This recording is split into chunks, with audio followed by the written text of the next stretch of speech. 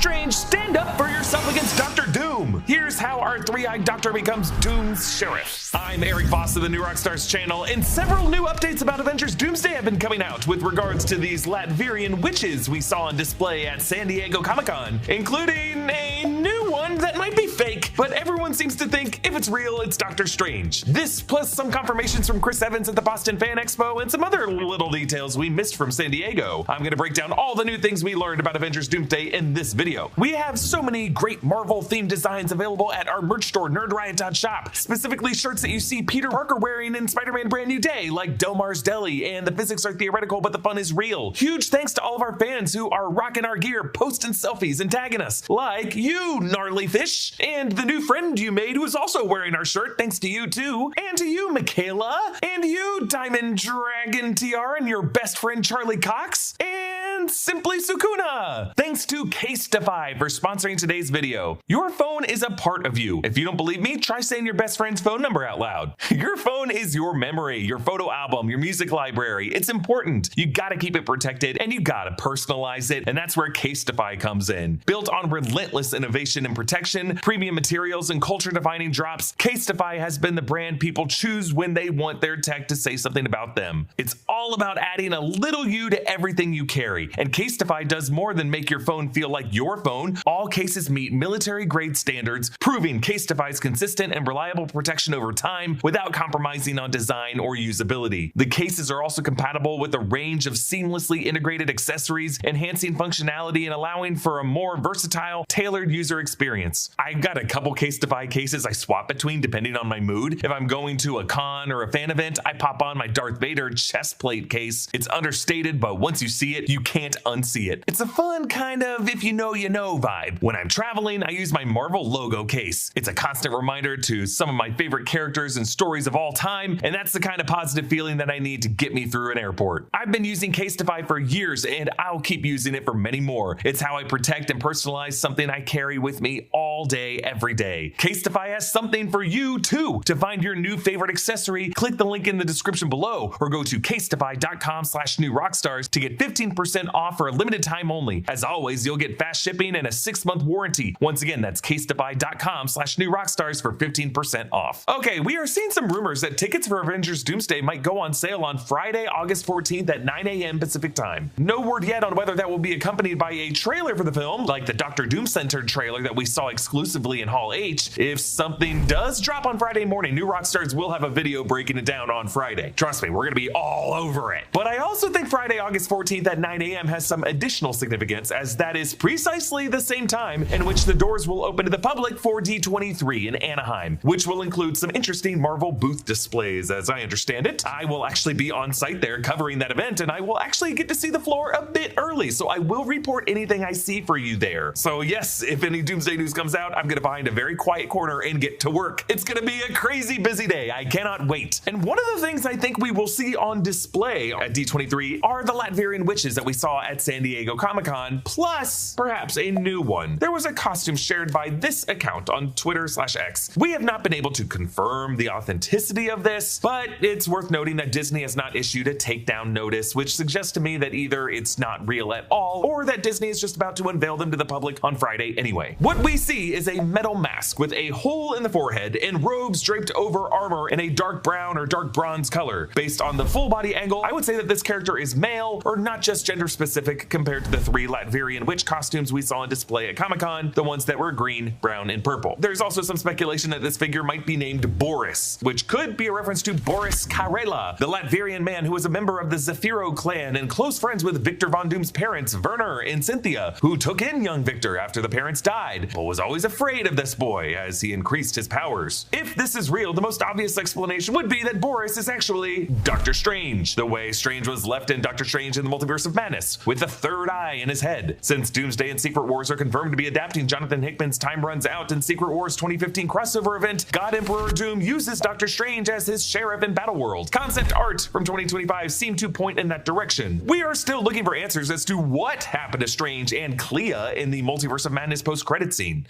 You caused an incursion, then we're gonna fix it. Unless you're afraid. Not in the least. We also don't quite know why exactly Strange formed that third eye. Like, it was really just believed that it was his experiences with Sinister Strange, who also had one of those, and of course our Doctor Strange dream walking into the corpse of Defender Strange from the 617 universe and forming that unholy alliance with the souls of the damned. There was this line from Wong that seemed to precede the opening of the third eye. How are you feeling? Why do you ask? You used the dark-coated dream walk into your own corpse. Oh, yeah, right, that. Fine.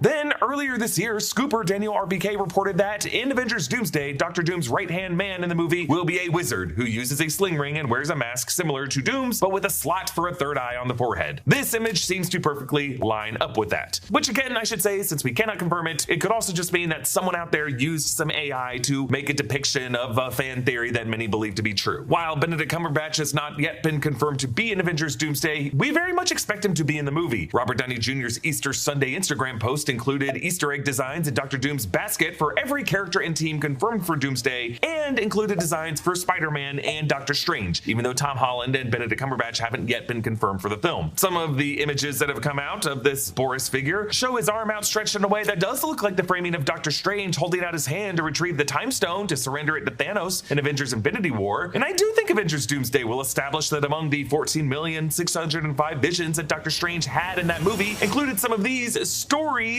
glimpsed in the first 4 teasers of the film. Yeah, I think Doctor Strange saw Victor Von Doom when he did that, even if he thought that the face that he saw really belonged to Tony Stark at the time. That could be why Strange was so shaken when he got out of those visions and looked directly into Tony's face. I also think that when the Ancient One told this to Bruce Banner in Avengers Endgame, she was really referring to a possible future with Doom. The Infinity Stones create what you experience as the flow of time. Remove one of the stones, and that flow splits. In this new branch reality, without our chief weapon against the forces of darkness, our world would be overrun. Millions will suffer. And then right after that, the Ancient One says, So tell me, Doctor, can your science prevent all that? Yeah, her mind may have been dwelling on another doctor who tried to apply science to prevent the suffering of millions. When I reported on the 3 Latvian witches that I saw at San Diego Comic-Con, I speculated that they might be masked in order to hide identities of known Marvel figures. Actually, here's what Anthony Russo told Extra about what the Latvian witches are, and we had to put subtitles over this because Anthony Mackie is right off screen answering his questions very charismatically to a nearby interviewer, drowning out the sound. What about the witches? Can you tell us about that? Those have been going viral. They're changing colors. I don't know. Look at we're just getting to know the world of Doom, and the witches are sort of an elemental part of his everything he is. Yeah, while Anthony Mackie was over there saying, "Hold my beer," the quieter Anthony said that witches are an elemental part of who Doctor Doom is. So what does that mean? Well, the purple one, I actually joined in the speculation that that could be Charlize Theron as Clea. I really like the idea that after the post-credit scene of Multiverse of Madness, Doctor Strange and Clea end up as part of an order of priests or witches who serve Doctor Doom, similar to the Black Swan priestesses who serve Rabba Malal before we realize he's actually Doctor Doom in Hickman's comic storyline. There's been a lot of speculation that the Green Witch could be Sylvie from Loki, and that the Brown Witch could be Wanda Maximoff or just variants of these women, but I'm not so sure. I prefer the theory that the Green Witch could be a variant of Susan Storm. I don't know if I'd go as far as to say it was actually the Green Witch whom Franklin Richards was looking into the face of in the Fantastic Four post-credit scene, that maybe it was his mother's face under that mask that so mystified this child. I only doubt that because Matt Shackman confirmed to Brandon Davis that it actually was Robert Downey Jr. on set for that scene. But I do like the theory that the Brown Witch could be a variant of Peggy Carter, brown being a reflection of the type of clothes that she wore in the 40s in Captain America: The First Avenger. Technically, Haley Atwell was not even confirmed to be in Doomsday until they brought her out on stage at Comic-Con, and she actually dropped some details in various interviews after the panel that a lot of us overlooked. Like in this interview with Collider Steven Weintraub, where she talked about Robert Downey Jr.'s presence as Doom on set. I think I didn't ask, in part because his presence on set was so enigmatic as Doom. Like, Robert, in between takes, like, he invites people to eat lunch with him, and he's so super open and fun and wants everyone to have a good time, and that's where the good work happens, because we all feel like we can thrive because we're all in it together. But when he's Doom, it's so enigmatic, it's so domineering that it's really intimidating. And very powerful. So when you're in, and also when I was in scenes, I didn't want that sort of illusion to be broken for me. So I kept that feeling of, I don't know who this person really is and what they're capable of. Sure. But I just know there's a darkness there. Whoa, so Atwell confirmed right there that she will be in scenes with Robert Downey Jr.'s Dr. Doom, which isn't the case for all of the characters in this cast. Like Tenoch Huerta, for example, indicated that Namor won't even share any actual scenes with Dr. Doom. Atwell also said this cryptic statement. No, all I will say is that it is sort of an existential crisis of a movie. Okay. Where the whole world is turned on its head. And we don't even know who we are anymore. The world is turned upside down and we don't even know who we are anymore? Yeah, that sounds to me like she could be playing an alternate version of Peggy Carter who is in service to someone else, someone she's now describing as enigmatic, and she did keep using the term existential in all of these interviews as if to say maybe Victor Von Doom is going to make the case that Steve's life with Peggy shouldn't even exist. And so maybe with these witches, he's making them out of the life partners of the three heroes who pose the biggest threats to him. Peggy Carter, the partner to Steve, Susan Storm, the partner to Reed Richards, and Clea, the partner to Doctor Strange. Taking their wives and making them his own. Make of that what you will. But either way, it's certainly going to get personal between Dr. Doom and Steve Rogers in this movie, because at Boston Fan Expo last weekend, Chris Evans told our buddy Joe Deckelmeyer about his return to the Avengers franchise. None of the stories felt like they were worth compromising, you know, I don't know if you want to call it, whatever, the legacy of the character that we worked hard for, and you want to make sure it's worth telling. And then for Doomsday, when Downey came back and the Russos gave me the pitch, the Russos love beating up Steve Rogers. Their favorite thing to do is to just beat the crap out of, you know, like, to them, that's what makes a hero, not someone who never gets punched, but someone who gets punched so many times, but still gets up. And so they keep finding new ways to kick his butt, and this one was brutal, and a really, really good examination into his nature and his values, and so I'll say it's probably something you guys haven't seen yet, but you will.